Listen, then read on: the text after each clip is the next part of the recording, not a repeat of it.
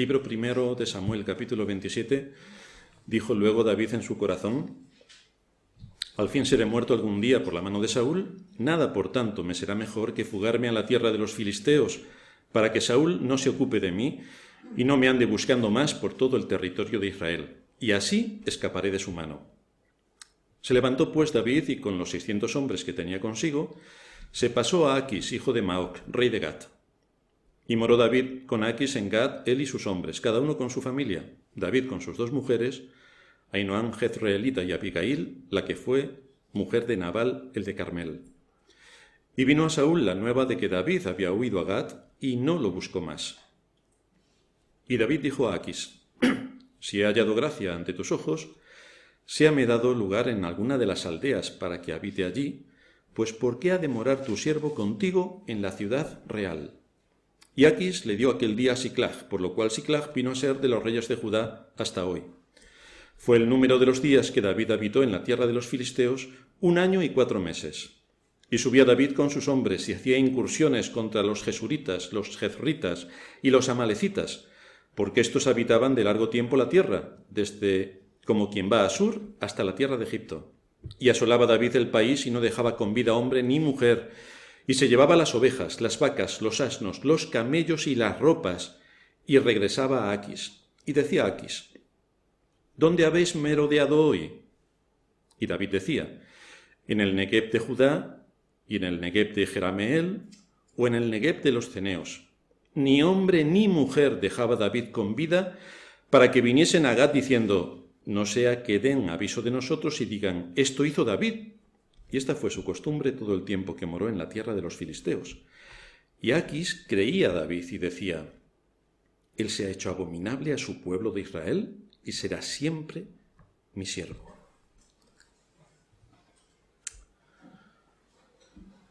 Estamos viendo en la vida de David algunos aspectos interesantes.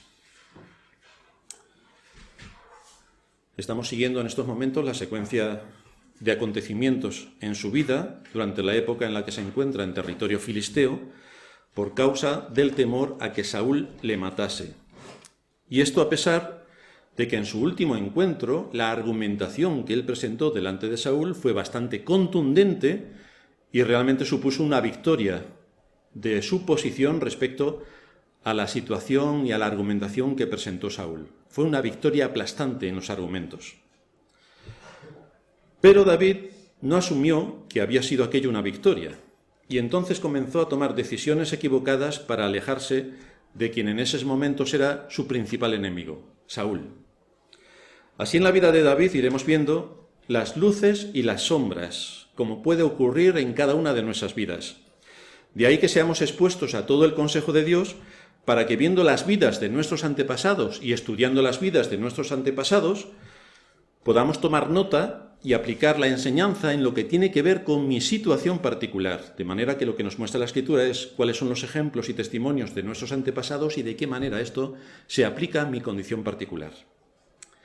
Si en ocasiones vemos a David actuar con honor e integridad delante de Dios, como ha sido el caso de perdonarle en 2 ocasiones la vida a Saúl, cuando lo tenía a su alcance para asestarle un golpe de muerte, en otros casos vemos cómo actúa de una manera incoherente con lo que se supone que él es como creyente en Dios y, por tanto, alejado de lo que se esperaría en cuanto a lo que tiene que ver con su responsabilidad en el mundo en el que Dios le ha puesto.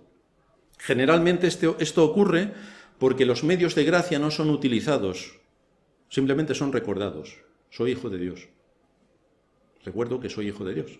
Pero si solo recuerdo que soy hijo de Dios y no recuerdo cómo tengo que hacer uso de los medios de gracia y cómo tengo que prepararme para la batalla y cómo tengo que entender las sutilezas de Satanás y cómo tengo que atacar a Satanás con las cosas y tentaciones a las que voy a ser expuesto, no me va a servir absolutamente de nada decir que creo en Dios. Y esto es lo que encontramos en la vida de David, sus luces y sus sombras. Una de las principales diferencias que encontramos entre la descripción que hace el Espíritu Santo de los personajes bíblicos frente a lo que vemos en las biografías humanas que nos dejan los libros de texto o los libros de historia, es que las Escrituras no omiten ningún pecado que cometan alguno de sus protagonistas. Todos los pecados que cometieron cada uno de los personajes bíblicos que aparecen como hombres de Dios en las Escrituras, se nos abren completamente y se nos muestra su pecado. Pero fijaos si esto ocurre con las biografías humanas. Atletas, políticos, deportistas, hombres de Estado. Cuando alguien hace una biografía, reyes, siempre sacan lo mejor de ellos. Parece que no tuvieron ningún problema en la vida y que todo fueron éxitos tras éxitos tras éxitos. Pero la Biblia, cuando habla de sus personajes, nos muestra sus luces, su gran servicio al nombre de Dios y también sus sombras, sus terribles fracasos. Cuando estudiamos la historia del mundo y vemos las biografías de los hombres, es curioso porque cuando se hablan de los grandes hombres pro-católicos o progresistas, todos loan sus grandezas. Pero fijaos, me he dado cuenta, estudiando, por ejemplo, la vida de Calvino en los entornos en los que se escriben los libros de literatura o los libros de historia, y desde luego tiene cuernos y rabo. Así es como lo pintan. Intransigente, intolerante, severísimo, un hombre al que habría que temer. Y esa idea que la Iglesia Católica, con todos sus secuaces, ha implantado en la mente general, resulta que los evangélicos, que somos hijos suyos, también la asumimos. Calvino era un diablo. Lo que pasa es que estaba muy maquillado y no se le notaba. Claro que Calvino para la Iglesia Católica fue terrible. Más que para la Iglesia Católica, para el imperio. En aquel tiempo, cuando Calvino estaba con vida, y Lutero anteriormente a él, Carlos I de España y V de Alemania, el emperador, tenía bajo su dominio prácticamente toda Europa. El dominio de la Iglesia Católica era exactamente el mismo que el emperador. Y resulta que un monje el 17 de octubre, el 31 de octubre del año 1517, clava aquellas 95 tesis, y después de aquel revuelo que se organiza, Calvino sintetiza, argumenta y esquematiza todo lo que tiene que ver con la redención, todo lo que tiene que ver con la voluntad de Dios, y lo cataloga. Y por lo tanto, el imperio romano, porque venía de ahí el Sacro Imperio Romano-Germánico, resulta que se divide en dos, a causa de unos hombres que proclamaron la fe en el Dios vivo y verdadero. Y claro, si el imperio se rompe en dos y se queda por una parte los estados protestantes y por otra los católicos, Roma se queda sin su imperio y también se parte en dos. Entonces, ¿qué va a pensar Roma y el imperio que se queda a este lado de Alemania? ¿Qué van a pensar sobre aquellos que partieron el imperio y que partieron la cristiandad, según ellos entendían que era intocable? ¿Qué van a pensar de Calvino y de Lutero? ¿Qué van a pensar? Pues que eran demonios. El problema es que los cristianos de hoy también lo piensan. Y son evangélicos. Con lo cual, fijaos, el alcance de la propaganda católica, lo que influye en la mentalidad evangélica.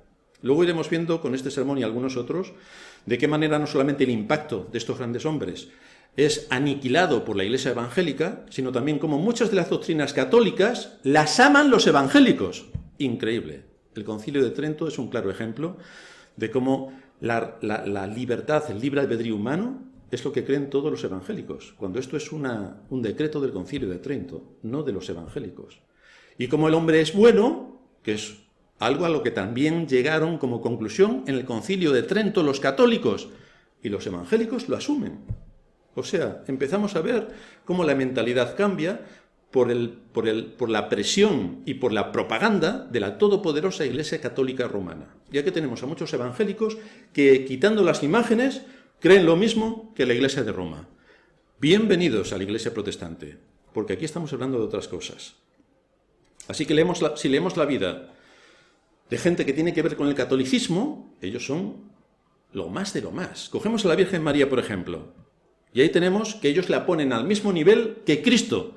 Es corredentora, es decir, también salva, sin pecado concebida, dice en su catecismo.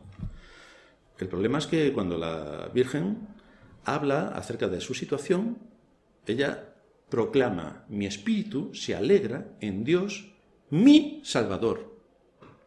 ¿Y cómo se puede alegrar en Dios, su Salvador, si es corredentora con Cristo? Esto no parece que tenga mucho encaje. Y si todos los hombres han pecado en Adán, ¿por qué la Virgen se salva? Pues ahí vemos la manipulación de la Iglesia de Roma para hacer caer a sus seguidores en una de las grandes herejías que proclama, de las muchas que tiene. Así que idealizar a los personajes y ponerlos en un pedestal los aleja de la situación real en la que tuvieron que vivir. Y por eso nosotros, cuando estudiamos a cualquiera de los personajes de las Escrituras, podemos ver, si los estudiamos con rigor, sus luces y sus sombras. Y es lo que estamos haciendo con David. Lo estamos desmitificando. El gran David. Bueno, el gran David era como tú y como yo. Así que no esperamos ver a un superhombre. Esperamos ver a un pecador redimido por la gracia de Dios como tú. Como tú.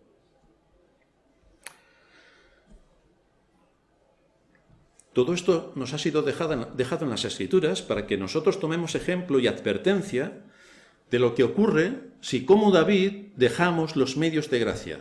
Dejamos el uso de los medios de gracia. Si seguimos el deseo de nuestro corazón, tendremos problema.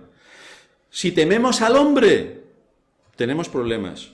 Cuando priman nuestros intereses, tendremos problema. Cuando es nuestra conveniencia, tendremos problema. Cuando no queremos escuchar, tendremos un problema.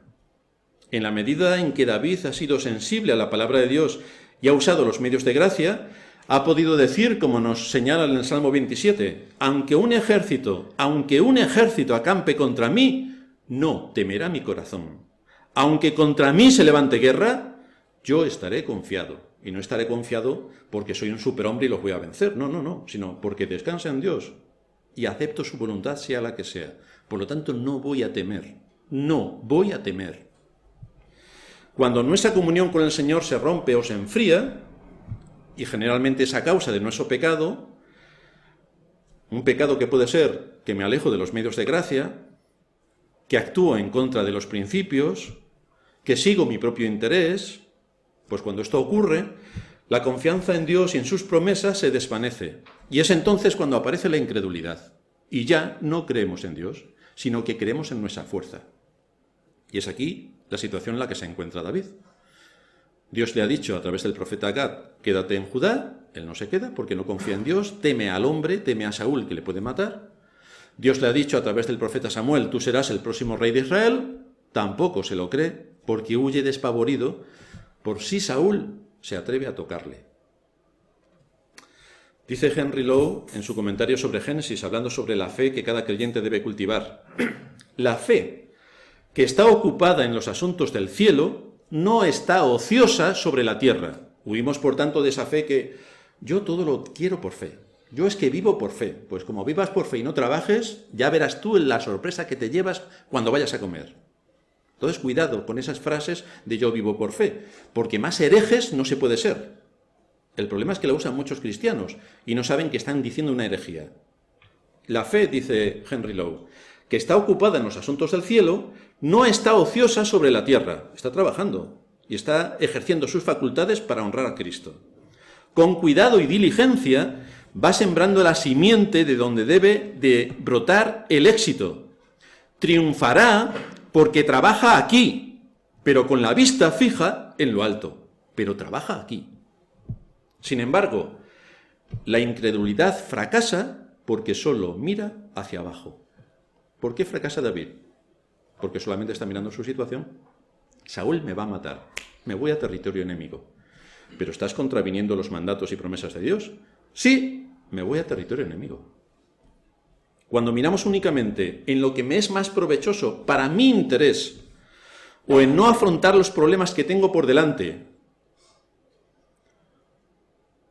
o no tomo decisiones para resolverlos, porque el camino en el que estoy no me lleva a ningún sitio bueno y no quiero cambiar el camino, porque para mi carne es beneficioso, esto nos conduce a caer delante del enemigo, sin duda.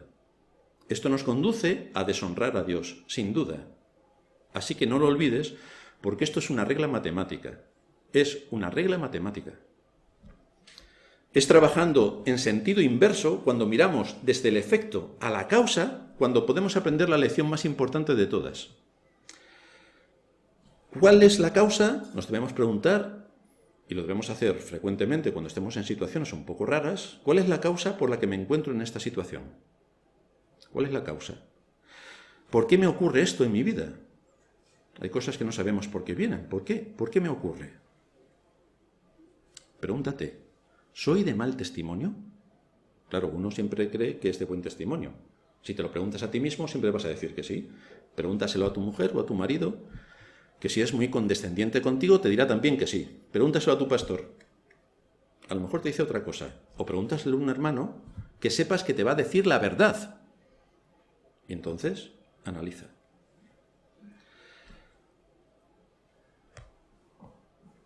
Si observamos la situación en la que se encuentra David, veremos la respuesta rápidamente a lo que le está ocurriendo.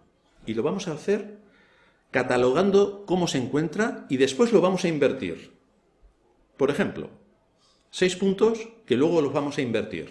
El primero, pecó gravemente al buscar refugio entre los enemigos del Señor. Pecó gravemente al buscar refugio entre los enemigos del Señor.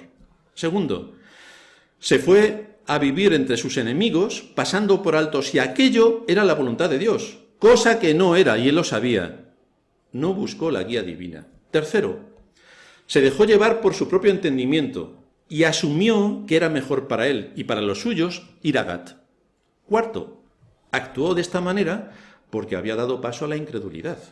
Quinto, dio paso a la incredulidad porque no se mantuvo en los principios de la fe ni en la confianza en Dios, desechando hacer uso de los medios de gracia.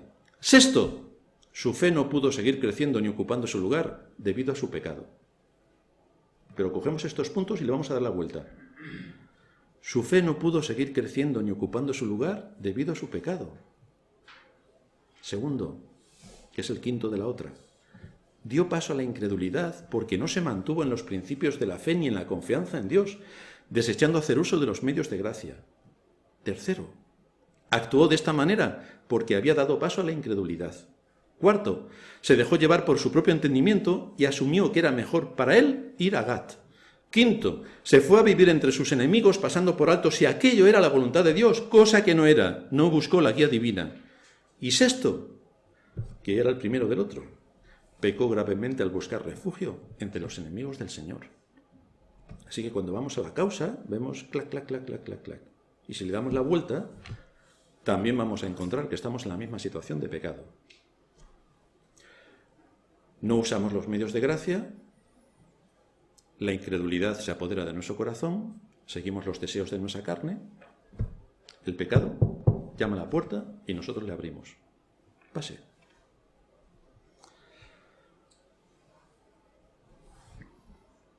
Con todo esto que se nos muestra de la vida de David, ¿qué es lo que nosotros aprendemos? En su misericordia Dios nos ha dado su voluntad revelada, la cual toma el Espíritu Santo y la aplica al corazón. Así es como funciona. Esto lo hace, en primer lugar, llevando a cabo el nuevo nacimiento. ¿Cómo opera Dios para que tengamos entendimiento? Lleva a cabo el nuevo nacimiento cuando escuchamos la palabra de Dios, el Espíritu Santo toma la palabra y la aplica. Y entonces regenera, convierte al alma. Una vez que ha hecho esto, en segundo lugar, cuando ha convertido al alma, nos sigue dando de su palabra para que nuestro entendimiento se alimente, para que vayamos adquiriendo conocimiento. Y en tercer lugar, ya que vamos adquiriendo conocimiento, vamos a ir creciendo en gracia, vamos a ir creciendo en conocimiento. Y toda esta gran obra del Espíritu Santo que se lleva a cabo en el corazón y en la conciencia de aquellos a quienes Dios llama, debe tener consecuencias en la vida. No es algo intelectual. Yo intelectualmente sé que en la galaxia en la que vivimos, la Vía Láctea, hay numerosos planetas con sus satélites, que nuestra Vía Láctea está dentro de una galaxia mayor, que en nuestra galaxia hay 180.000 soles, que hay miles de millones de soles y hay miles de millones de galaxias. Todo eso lo sé en mi entendimiento. Ahora, ¿eso en qué me afecta cuando tenga que ir a trabajar? ¿En qué me afecta en mi vida con mi esposa y con mi hija? ¿En qué me afecta en mi vida con vosotros? ¿En qué te afecta el Evangelio? ¿Nada? Yo sí creo en Dios. Y yo creo en las galaxias. ¿Y con eso qué hacemos? Hay algo más que se espera. El ser humano ha progresado en este mundo porque ha adquirido conocimiento. Y ha aplicado el conocimiento, lo que Dios le dio en la creación para que desarrollase sus capacidades, lo ha aplicado para obtener los recursos que Dios tenía escondidos en su creación. Y entonces tenemos el acero. Eso no está... Aquí tienes una barra de acero, cógela. No, hay que investigar. Y hay que llevar a cabo los adelantos técnicos y científicos para hacer uso en las capacidades que Dios nos ha dado para extraer todo lo que la Tierra nos propone. Tenemos el acero, tenemos el cristal, tenemos los tejidos, tenemos la electricidad, tenemos un montón de cosas que por el desarrollo de las capacidades del hombre, lo que Dios le dio en la creación, puede aportarlo y podemos generar una sociedad como la que vivimos.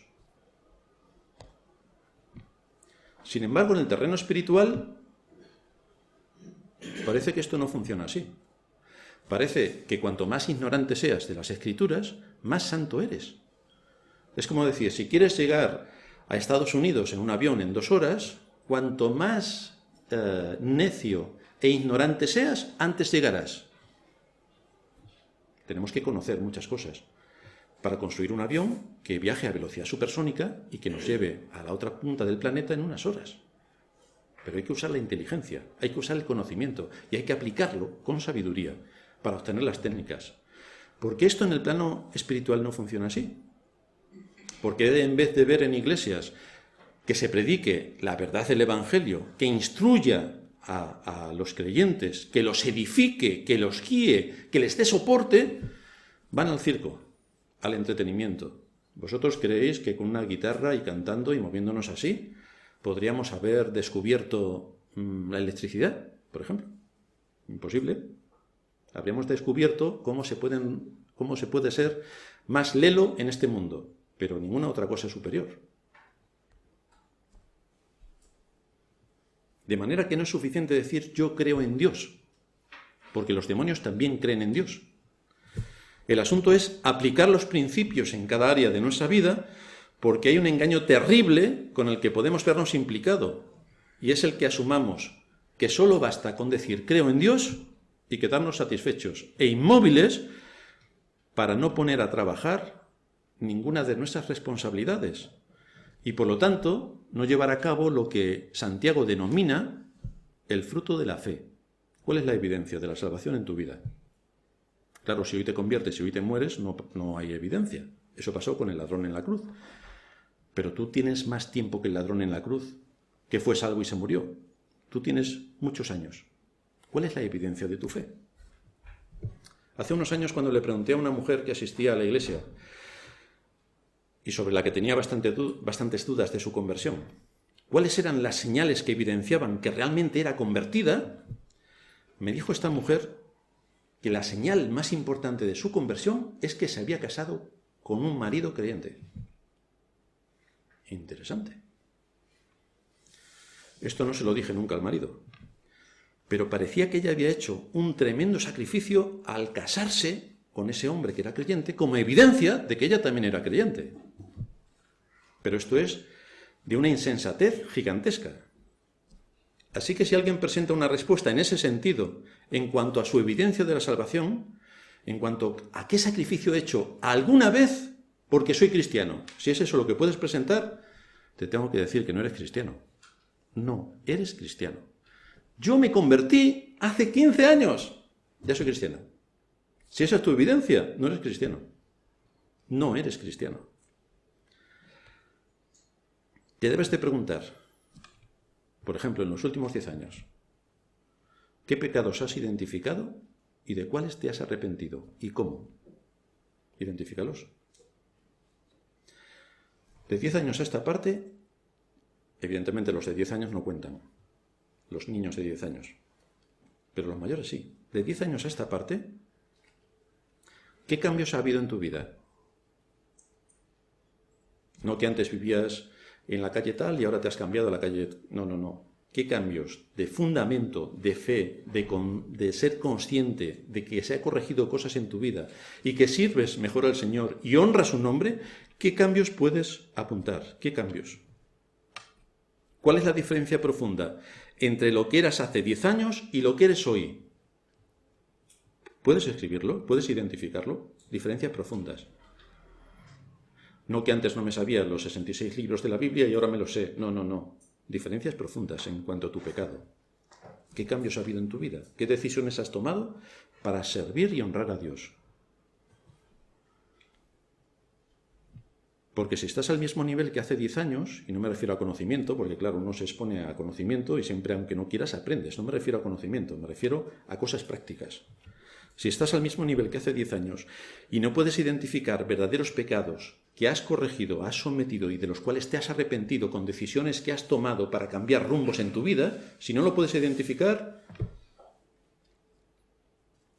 tienes un problema gravísimo. Estas situaciones por las que David está pasando deben mostrarnos a nosotros mismos la condición en la que podemos caer y que podemos detectarla para producir verdadero arrepentimiento. Vino a Saúl la nueva, versículo 4, de que David había huido a Gat y no lo buscó más. Así que esto confirma la idea de que David había actuado con prudencia. Pero, como sabemos las Escrituras, vemos que esto no es así. Que esto David lo hizo por su interés, pero no por obediencia a la voluntad de Dios. Parecería que Dios estaba bendiciendo su propósito mundano, para su familia y para sus hombres, pero esto no era así. David había desobedecido el mandato de Dios, quédate en Judá, y él se fue. Fue el número de los días, versículo 7, que David habitó en la tierra de los filisteos 1 año y 4 meses. Ya comentamos en nuestro último sermón que el Espíritu Santo no ha puesto esta información aquí por casualidad. Se nos marca con precisión que el verdadero creyente se da cuenta de la situación en la que se encuentra y toma decisiones. Por eso cuando hablábamos de hace 10 años hasta ahora, qué decisiones has tomado para honrar a Dios de pecados que antes tenías y que han sido corregidos con decisiones contundentes, aquí David va a tomar, no en este sermón, sino en el siguiente, una decisión contundente. Pero 1 año y 4 meses estuvo en esta situación. Pero tuvo que tomar una decisión. Pero si solamente decimos, he pecado, pues no decimos absolutamente nada. Si no hay arrepentimiento que se demuestra tomando decisiones correctas, concretas y precisas, si no movemos la voluntad para cambiar de rumbo, si no cambiamos nuestra posición, corres el alto riesgo de seguir los pasos de Faraón, de Saúl y de Judas. Es decir, reconozco que he pecado. ¿Y? Porque reconocer no es suficiente. Hay que arrepentirse. Y para arrepentirse hay que tomar decisiones. Y las decisiones conllevan cosas que a mi carne no le van a gustar. Nada. Pero eso es lo que se espera. David no pudo olvidar que Israel era el pueblo de Dios. No pudo olvidar que los filisteos a quienes se había unido eran los enemigos de Dios. No pudo olvidar su propia relación con Dios y con su pueblo. Y esto es lo que le afectó. Su conciencia le confirmó severamente esta situación en la que se encontraba. Le confrontó radicalmente. La quietud y la tranquilidad de la que gozaba, que estaba ahí en territorio de Siclag, en territorio del rey Aquis, esto fue haciendo su mecha, fue encendiendo la mecha en su conciencia. Y por eso el Espíritu Santo nos dice que estuvo 1 año y 4 meses. Y a partir de ahí, cambió.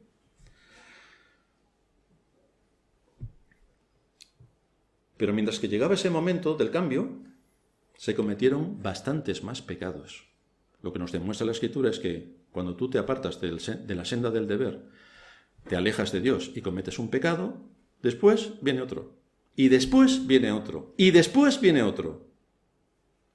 Entonces, para corregir el primero, si te pones en tu sitio, te vas a evitar los otros.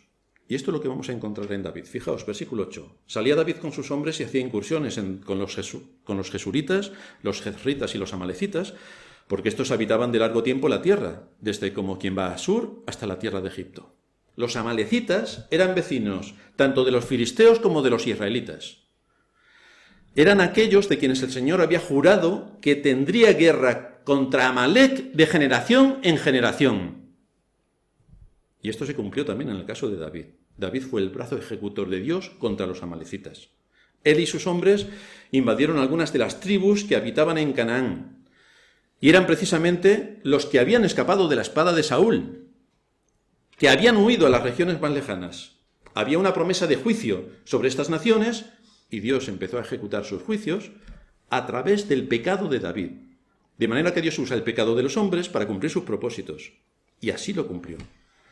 En aquel tiempo no parece que hacer comercio, vender, yo crío 3 gallinas y te lo cambio por un cerdo, parece que aquello no funcionaba bien. Era mucho mejor el botín, asaltar al que pillabas por delante y quitarle lo que tenía. Esto no suena a los políticos de hoy, pero en aquel tiempo lo hacían mucho peor, porque se notaba mucho. Hoy casi no se nota. Pero en aquel tiempo Así actuaban contra el resto de tribus que estaban a su alrededor. Por eso nos dice el versículo 9 que asolaba David el país. Fijaos el dato, y no dejaba con vida hombre ni mujer, y se llevaba las ovejas, las vacas, los asnos, los camellos y las ropas, y regresaba a Aquis. David está actuando con desobediencia delante de Dios por estar en medio de filas enemigas. Pero fijaos que el resultado, qué interesante, es que tiene paz, tiene alimento, tiene reconocimiento, tiene casa para él y para sus hombres. Más aún, sale a la guerra y vuelve victorioso. La providencia le sonríe. Es exactamente el lugar en el que tiene que estar. Pues nos dice la Biblia que no. El que la providencia nos bendiga aparentemente, a pesar de que sabemos que no estamos actuando como debemos, es una seria advertencia que nos debería hacer temblar. ¿Podemos ser bendecidos a pesar de que estamos actuando en contra de Dios y de su palabra? Aparentemente puede que sí. Pero no perdamos de vista las repercusiones que en el futuro esto va a tener. Y los juicios de Dios unas veces se ejecutan de manera inmediata y otras veces pasan muchos años, pero se ejecutan. Es lo mismo que dicen las mujeres pastoras. Su argumento es, desde que nosotras predicamos hay más conversiones. Interesante. No importa lo que Dios diga en su palabra, importan los resultados, según nosotros lo vemos con estos ojitos. ¿Esto es lo que enseña la palabra de Dios? Tajantemente la palabra de Dios dice que no. Otras iglesias tienen en vez de un culto, un circo, pero Dios requiere que le adoremos con solemnidad y reverencia, que vengamos trayendo un culto racional. Es decir, que pensemos con la cabeza lo que vamos a hacer, porque estamos adorando al Dios Trino, y esto requiere, igual que si vamos a hablar con el rey, que no empecemos a bailar y a hacer el tonto, sino, ojo, que estás delante del rey. A ver cómo te comportas. Si en algo estimas tu vida, a ver cómo te comportas. Pero las iglesias entienden que como hacen bailes, hacen circo y hacen de tarambanos, la iglesia se llena, pues que ese es el camino por el que tienen que seguir. Pero esto no es lo que enseña la Escritura. Pero es que resulta que los cristianos de hoy son más inteligentes que Dios a la hora de darnos la Escritura. Y ellos entienden que lo tienen que hacer así porque sale mejor. Entonces, ¿qué les importa a Dios y su palabra si el resultado es mejor? Ahora, si nos vamos al resultado, tenemos un pequeño problema, porque cuando Cristo murió estaba solo. Entonces, si miramos el resultado, no puede haber nada más terrible que la muerte de Cristo, que estaba solo.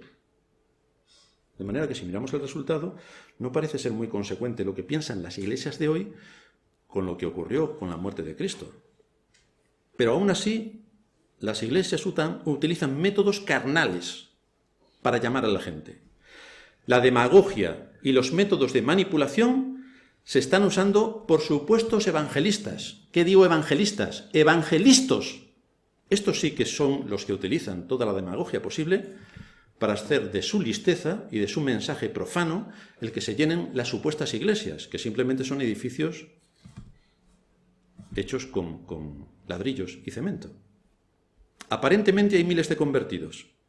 Las almas supuestamente se están salvando, pero ¿a través de un método de manipulación se pueden salvar las almas o las estamos enviando directamente a manos de Satanás? Pues es exactamente donde van. Ahora, el éxito para ellos es tremendo. Así que David podría haber llegado a la misma conclusión, porque el éxito estaba asegurado. Era éxito todo lo que tenía. Era el éxito de ir directamente a las fauces del león. El juzgar los resultados de forma cuantitativa es caminar por la vista. Es decir, si nosotros tuviéramos que juzgar porque somos 50 y no somos 5.000, nos podríamos frustrar. Pero tenemos que tener en cuenta, primero, que Dios es el que salva. Segundo, que nuestra responsabilidad únicamente es predicar el Evangelio y que los resultados son de Dios, no nuestros. Por lo tanto, si somos 50 como si somos 50.000, no es un tema nuestro, es un tema de cómo Dios, en su propósito eterno, va llamando en cada época a sus hijos. Y ahí nos tenemos que quedar. Asolaba David el país y no dejaba con vida hombre ni mujer, y se llevaba las ovejas, las vacas, los asnos, los camellos y las ropas, y regresaba a Aquis. Uno se pregunta por qué regresaba a presentarle todo esto al rey y no se iba a Siclag, que era su ciudad. Pues cuando uno está controlado por la incredulidad, no actúa de acuerdo a los principios que le deben regir, sino que actúa de acuerdo a qué importante soy. Y voy a ser más importante todavía. Y por eso mis botines los voy a presentar delante del rey. De manera que podemos ver a David actuando de una manera bastante perversa. Porque fijaos, David estaba atacando a los enemigos de Israel, no a los enemigos del rey Aquis. Y por esa razón David no dejaba con vida absolutamente a nadie, para que nadie fuese a contarle a Aquis qué es lo que estaba ocurriendo. Por lo tanto, eliminaba a hombres, mujeres, niños, ancianos y todo tipo de persona que se movía en las ciudades que él asolaba, y solamente traía el botín. Porque su propósito es que nadie pudiera decirle a Aquis en qué estaba ocupado. Con lo cual, vemos a David que está conviviendo en territorio enemigo, está atentando contra la fe y el testimonio, está yendo en contra del mandato de Dios para que no estuviera allí. Además, viene el pecado de que está matando a gente que no debería estar matando, y después veremos cómo vienen más pecados después de todos estos. Aquí se identifica que está pasando algo interesante. Y decía Aquis, versículo 10, ¿dónde habéis merodeado hoy, tú y tu ejército? Sin duda este rey estaba sorprendido de tantos éxitos, porque veía que David y sus hombres volvían cargados con un enorme botín, y por lo tanto tiene que preguntar dónde han estado. Lo triste es oír la respuesta de David. David decía, en el Negev de Judá, en el Negev de Jezrameel o en el Negev de los ceneos. No era mentira lo que decía, pero no era toda la verdad. No era mentira, pero no era toda la verdad. El presentar una respuesta ambigua tiene siempre el propósito de engañar, y eso es lo que estaba haciendo David. Por lo tanto, esta conducta no se puede defender, porque estaba contando una verdad a medias, es decir, estaba engañando. Esto nos recuerda el caso de Ananías y Safira que leíamos en la introducción. No tenían obligación de vender sus bienes, lo hicieron voluntariamente. No tenían obligación de entregar todo el dinero que cogieron de sus bienes, lo hicieron voluntariamente. Entonces, si hay algo que haces voluntariamente y tú tomas parte, ¿por qué no dices que has tomado parte y has entregado el resto? ¿Por qué dices que lo has entregado todo? Pues aquí vino el juicio de Dios directamente sobre ellos. Pedro les dijo, ¿vendisteis en tanto la heredad? Y ella dijo, sí, en tanto. Y Pedro le dijo, ¿por qué convinisteis en tentar al Espíritu del Señor? ¿Por qué habéis mentido? Es una verdad a medias, pero fijaos la sutileza. No han mentido, pero no han dicho la verdad. No han dicho la verdad, no han dicho toda la verdad. Y esa es la situación en la que se encuentra David. Era una verdad a medias. Queridos hermanos, con mucha más frecuencia de la que a uno le gustaría, hay personas en el contexto de la Iglesia que se permiten engañar al pastor con sus ambigüedades. Las hay. Mentir está mal. Pero imagínate que te llama un tribunal de justicia y en el tribunal de justicia mientes. ¿Qué es lo que te puede pasar? Falsedad. Vas a la cárcel. Mentir está mal. Pero hombre, si le mientes al pastor. Robar está mal. Pero si roba la policía. ¿Por qué se dan casos de verdades a medias en el contexto de la Iglesia? Cuando percibes, y además lo sabes, que los temas no van por ese camino, sino que van por otro. Y te están mintiendo. Y los creyentes no pueden saber que eso trae juicio de Dios. Porque no estás hablando con Boni Lozano, estás hablando del pastor de la Iglesia, y el contexto es la Iglesia. Estás en un contexto de Iglesia, y estás mintiendo. No a Boni Lozano, a la Iglesia. Y esto tiene un juicio.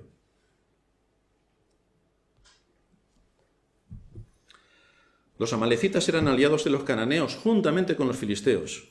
Así que tanto Aquis como sus aliados deberían tener más que temor por la amenaza que suponía tener entre ellos a un enemigo tan poderoso como David, que en el pasado les había destrozado. No olvidemos al gigante Goliat, que era precisamente de esta ciudad, de Gat, donde estaba el rey Aquis. De manera que David recurrió a este engaño tan sutil. Sí, he andado por allí, por el Negev, he andado por allí. Claro, sí, había andado por allí y por algunos sitios más. Él no estaba dispuesto a que Aquis supiese la verdad sobre el hecho de que estaba atacando a los aliados de ese rey, que a su vez eran enemigos de Israel. David tenía temor de perder el lugar de protección que tenía en Siclag. Y por temor a perder ese lugar, mintió. Dijo una verdad a medias. Mintió. Esto es una mentira. Esta astucia perversa de David es algo que se destaca en el fondo de esta historia. Una historia que nos muestra realmente el alcance del pecado. No obedeces a Dios, te alejas de los medios de gracia, te vas a vivir a territorio enemigo, todo te resulta que es beneficioso para la carne, todo alimenta tu carne, te lo pasas más o menos bien, encima tienes victorias y entonces sigue.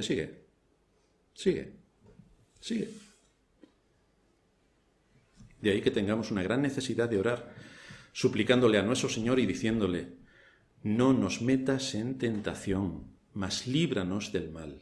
No nos metas en tentación.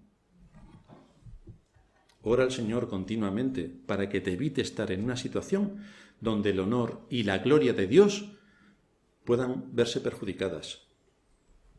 Haz realmente el esfuerzo de mirar tu vida a la luz del espejo de la palabra, porque ella te va a mostrar el camino. Atiende los sermones, que no son para el vecino, son para ti. Terminamos con unas palabras de Juan Carlos Rail. Es solamente en Cristo que podemos encontrar gracia, paz, sabiduría, justicia, santificación y redención. Somos cristianos firmes solamente según dependamos de Él. Mantén los intereses de tu alma siempre en mente, mañana, tarde y noche. Levántate cada día con el deseo de verla prosperar. Aliméntate de la palabra. Al acostarte cada noche, pregúntate a ti mismo si en verdad has avanzado. Que tu alma inmortal esté siempre en tu mente y que cuando los hombres te pregunten por qué vives así como lo haces, que tu respuesta siga esta línea: yo vivo para mi alma, para que mi alma esté en sintonía con mi Salvador. Créeme, pronto vendrá el día cuando el alma será lo único en lo cual los hombres pensarán. Y en ese día, la única pregunta importante será la siguiente: ¿está mi alma perdida o salvada? ¿Tu alma está perdida o salvada? Esta es la pregunta que cada uno debemos hacernos. ¿Tu alma está perdida o salvada? Querido hermano, querida hermana, posiblemente no tengas ninguna duda de que tu alma está salvada. Pero hay decisiones que tomar. Hay decisiones que tomar. Hay cosas que debes hacer. Porque el testimonio está en juego y porque la gloria y el honor de Dios así lo exigen. Entonces no te quedes tan tranquilo pensando: yo soy creyente y estoy seguro de mi salvación. ¿El testimonio es coherente? ¿Las decisiones para corregir los pecados se han tomado? ¿Hay cambios? ¿Los puedes enumerar? ¿Los puedes identificar? ¿Y tienes planes para corregir? Porque si no es así, duda bastante de que seas salvo. Duda bastante. Vamos a terminar en oración.